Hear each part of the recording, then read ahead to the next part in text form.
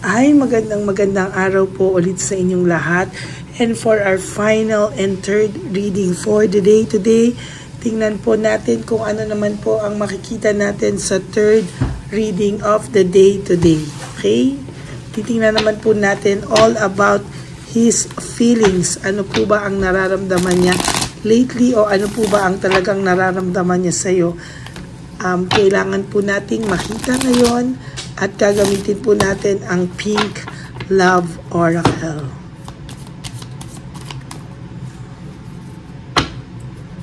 Kailangan ay malasado mabuti. Napanood nyo na po ba ang first and second reading of the day today? I hope napanood nyo na po lahat. And I'm sure ay mag-aantay na po kayo ng third and final reading of the day. Sana napanood nyo na po lahat kahapon.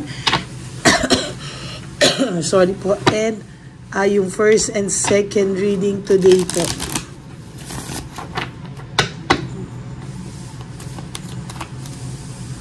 Yan.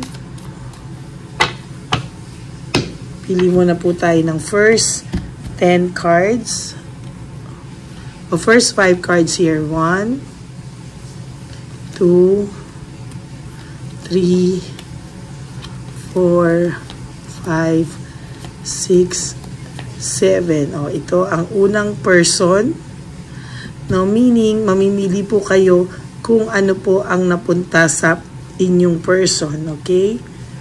Kung sino ang person nyo dito. 1, 2, 3, 4, 5, 6, and 7. Second person. 1, 2, 3, 4, 5, 6, 7. Third person. And for our last person, we have 1, 2,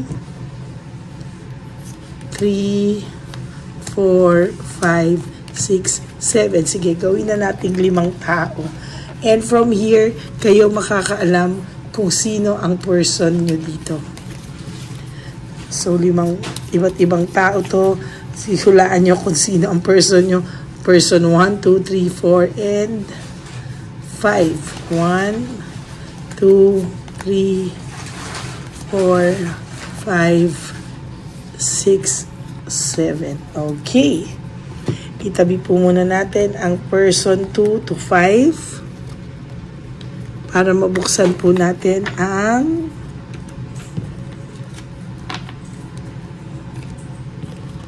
first person. Mararamdaman nyo po kung sino ang person nyo rito. Just comment down below anong number po ang napili nyo. Okay? So, person number 1. Ano po ang makikita natin sa current feelings ng person number 1? Ang person pong ito ay parang dinadaan niya po sa material things yung kanyang pag-move on. Parang nag-hide po siya behind material things, meaning ang person pong ito ngayon ay somehow ay pinapakita niya po na siya ay okay sa mga material na bagay. No? Na siya ay happy, siya ay contented, siya ay ahon na ahon. Yan. Pero behind that material things, ayan, binubury niya rin daw po yung sarili niya sa trabaho, sa ibang bagay para lang po makalimutan ka. Meaning, itong person na po na ito ay pwedeng busy-busy. No, busy-busy siya kunwari sa kanyang buhay or busy-busy siya kunwari sa kanyang trabaho, sa mga ibang curricular activities or sa ibang mga hobbies niya na or panay pagta-travel, no, para lang po makalimutan ka.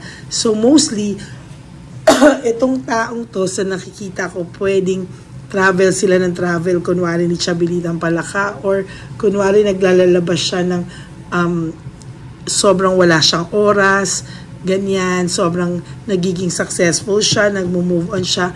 Pero sa totoo lang po, naaalala ka nito through music. Mahilig kayo sa music, no? mahilig kayo sa music, and isa sa mga banding nyo ay music, through music.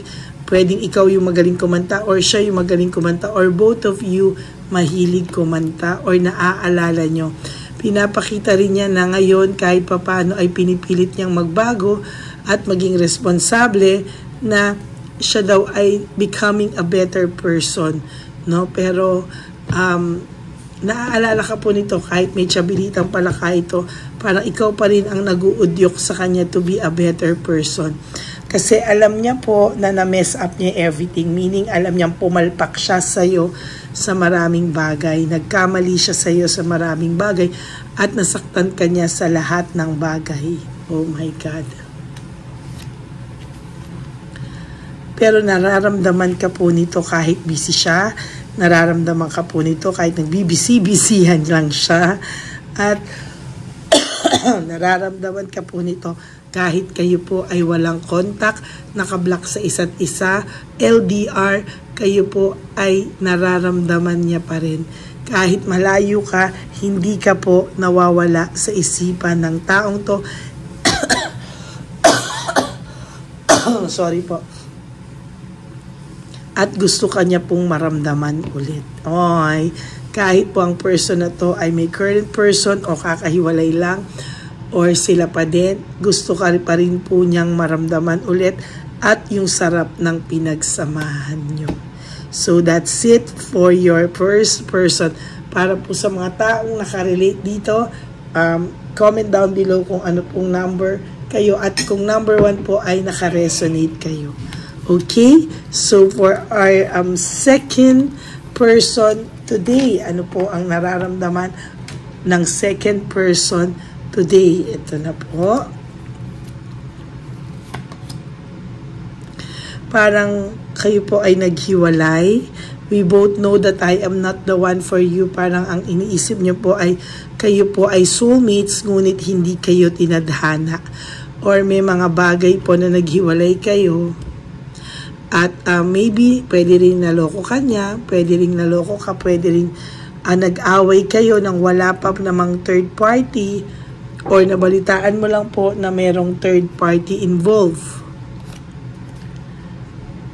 Tinago niya po sa iyo ang katotohanan o nag-secret po siya sa iyo at nalaman mo lang po ito through other people, or may mga nakapagsabi sa iyo, or ikaw mismo po ang nakabuking dito, no? Parang tinago niya po sa iyo lahat, tinago niya po kung sino siya, tinago niya po kung ano yung katotohanan sa iyo. Pero alam po niya, no? Alam po nung person na alam mo po kung ano talaga yung ginagawa niya or nagawa niya. I knew exactly what I was doing. Alam din po niya sa sarili niya na nagloloko na siya, or nagsisimula na siyang makaramdam ng pagka-bored, nakakasimula na siyang na-fall out of love, feeling niya lang nung una. Pero nalaman mo po lahat ito at mas masakit sa'yo kasi ikaw po ang nakaalam. So, ngayon po ay hindi ka na po nagre-react, hindi na rin po siya nagre-react sa isa't isa, hindi kayo nagre-react. When people mentioned you, iniiwasan ka po niyang pag-usapan dahil ayaw niya pong pag-usapan kung ano daw po ang nangyari sa inyo dahil napapahiya po siya. Pero ikaw po ay nakukumpara niya sa mga nakakasalamuhan niya, maybe kay Chabilitang Palaka or sa mga nakakadate nito kung wala pa man ito, no? Pero you came closer than anyone, meaning ikaw pa rin po ang the best sa lahat, no? Naiisip ka niya, and nahirapan din po siya to let you go. You don't know how hard it was to let you go. Nahirapan din po ang person na to na i-let go ka, kaya nasaktan din po ito at nahirapan din po siya to let you go. Ay, may pagmamahal pa po siya. Minahal ka naman po nito.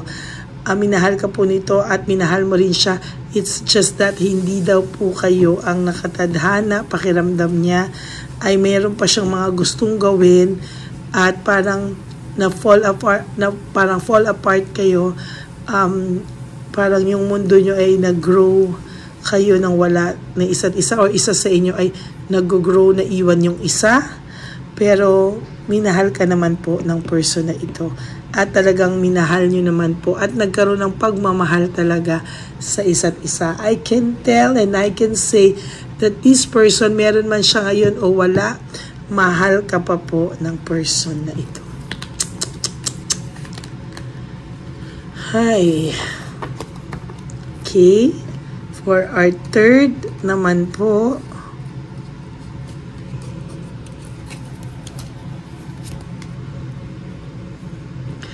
ang taong ito naman ay may pagsisisi. Naghiwalay kayo nito, hindi naman po niya ginusto, pero somehow, naghiwalay pa din kayo dahil sa nakagawa siya ng hindi niya sinasadya. Ang taong ito ay umamin sa'yo, nagsorry sa'yo. Maybe, o kung hindi man siya umamin, pero maybe pwedeng na-booking mo lang, hindi siya umamin, pero nag-sorry siya, no? Nung kinausap mo siya, finally, nagsabi na rin siya sa'yo, pero hindi detalyado, pero parang nakapagsalita rin siya sa'yo na masasakit, nasisi ka din niya, to justify yung ginawa niya. But, sabi niya, I wish I could take back my words. Sorry po. Sabi niya, hindi pa kasi siya matured enough na humawak ng relasyon. During nung time na kayo, feeling niya kulang pa rin po and immature pa rin po kayo. Immature pa rin nung time na kayo ay immature pa rin daw siya maghawak ng mga bagay-bagay. But now, kung kailan ka po nawala, I'm starting to understand our connection. Meaning, nung nawala ka, tsaka po nagsisink in sa kanya yung maganda niyong pinagsamahan. Yan ang hindi niya po makakalimutan, na yung maganda niya pong pinagsamahan ay saka pa lang po nagsisink in sa kanya. But, yun nga po, no, kinailangan yung i-let go ang isa't isa because of trust issues na din. And siya, gusto niya pong maraming gawin pa at parang naiwanan ka rin po nito so far. Pero somehow umaasa po siya na someday mabibigyan pa po kayo ng chance together dahil gusto ka pa rin po ng taong ito. No?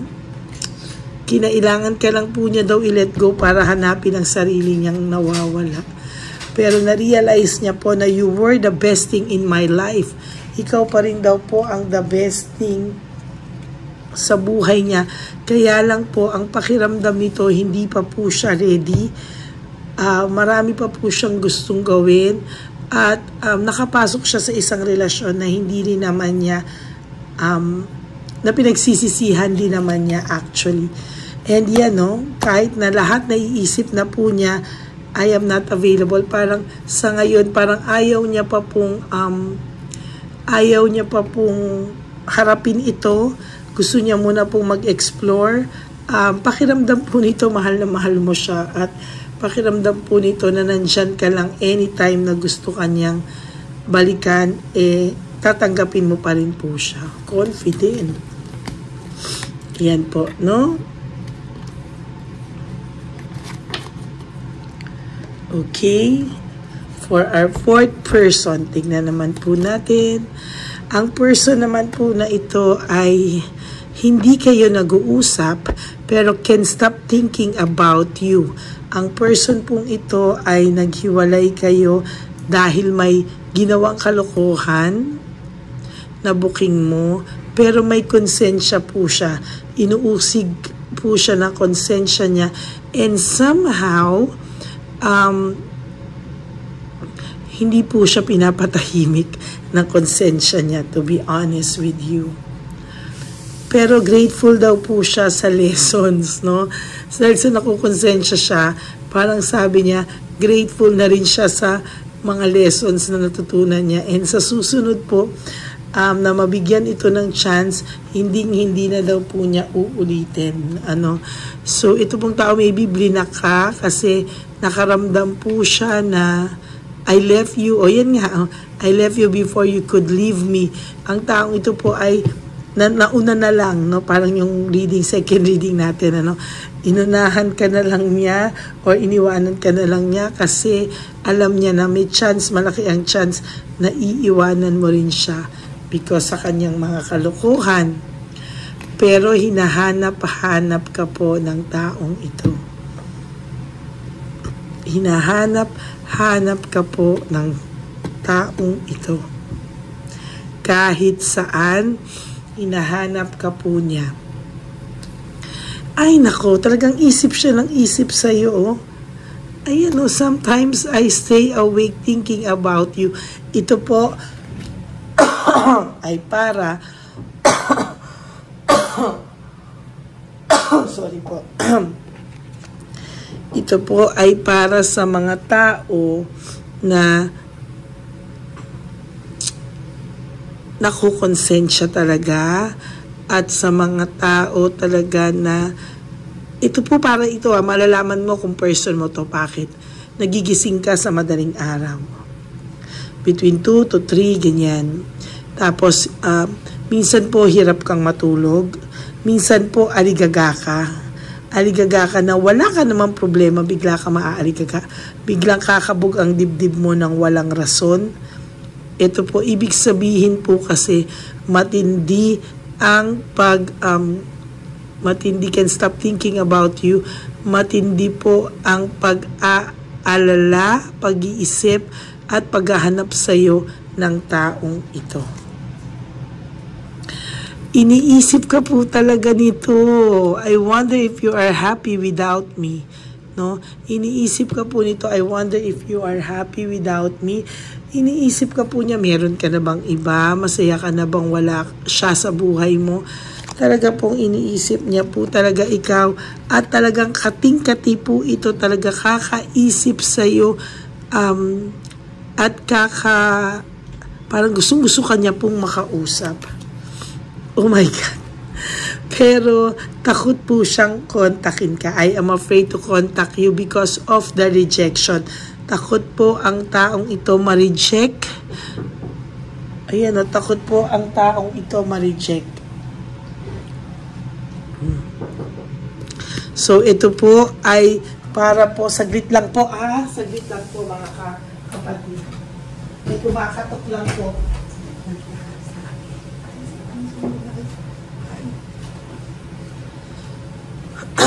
Yan, takot po siya, sorry po, takot lang po siyang kontakin ka because of rejection. Ayan. Yan, no? Yung pinakagusto ko dito yung number 4. Yan, sa kalokohan niya, inuusig siya ng konsensya niya. Kaso ang pangit lang po sa self. Number 4 is, apektado po yung energy mo. No? Most of the time, bigla kang naaaligagay, hindi mo alam bakit, and ayan po, no? Okay. Okay, so, for our first card sa ating 5th person, I wish things could be different. Sa totoo lang po,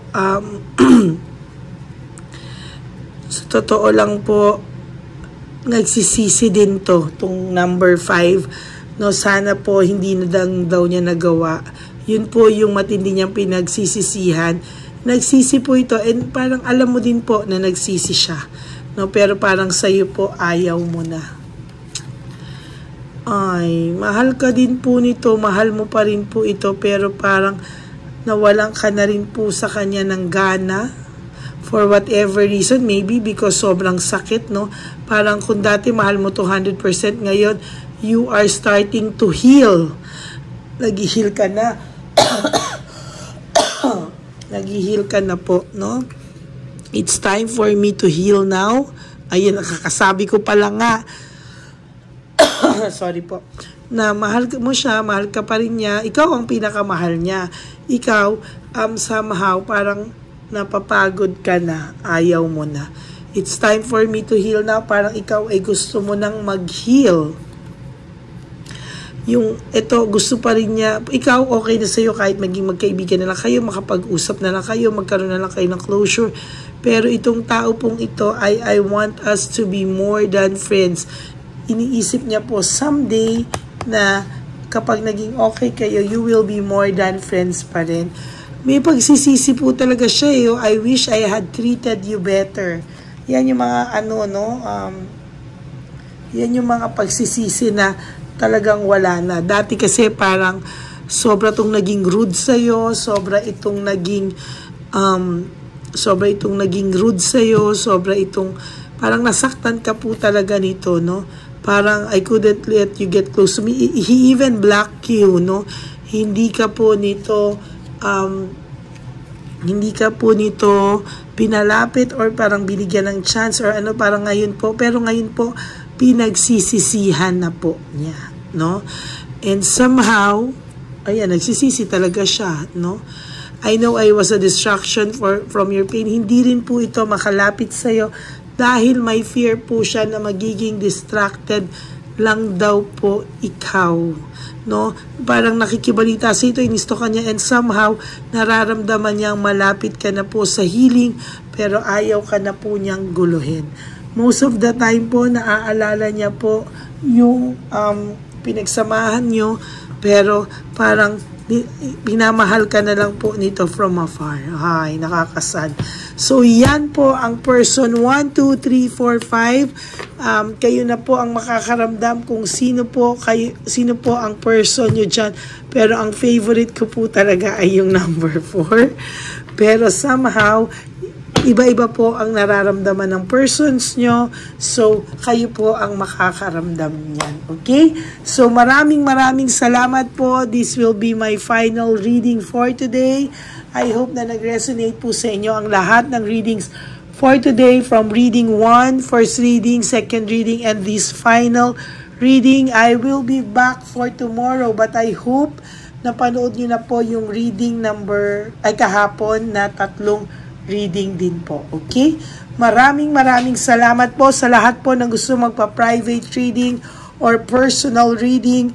You can message me at Lady Lee Elena. Nandyan po yan sa ating video, dulo ng video. Diyan nyo lang po ako makukontak. That's my only legit FB account. Yan. Yan po ang ating official FB account. Maraming salamat po.